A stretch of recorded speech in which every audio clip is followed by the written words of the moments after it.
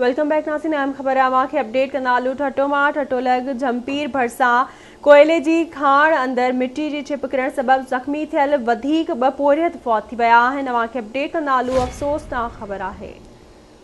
अफ़सोसनाक ख़बर अवां ताईं पहुचाई पिया। ठटो मां जिते जमपीर भरसां कोयले जी खाण अंदर मिट्टीअ जी छिप किरण सबब ज़ख्मी थियल वधीक ब पोरियत फौत थी विया आहिनि, जॾहिं त फौतियुनि जो अंग 4 थी वियो आहे।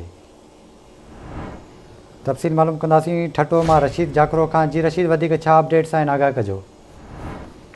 जी, जमपीर वेझो मेटिंग स्टेशन भरिसां कोयले जी खाण में जी छित किरण सबबि ॿ ॼणा पहुची विया आहिनि, जॾहिं त फौतियुनि जो अंग 4 थी वियो आहे। जॾहिं त बेहोशी जी हालत में इस्पताल में नींदड़ दाऊद खान ऐं फ़कीर गुल बि इस्पताल में दम ॾिनो आहे ऐं उन डीसी छटे जे हुकुम सां इन खाण खे सील कयो वियो आहे। जॾहिं त हींअर सुबुह टाइम ते 2 फौत थी विया हुआ, जॾहिं त हींअर ॿ ॿिया इस्पताल में फौत थी विया आहिनि। टोटली फौतियुनि जो अंग 4 थी वियो आहे। जी ठीकु आहे रशीद, वॾी महिरबानी तफ़सीलनि खां आगाह करण लाइ।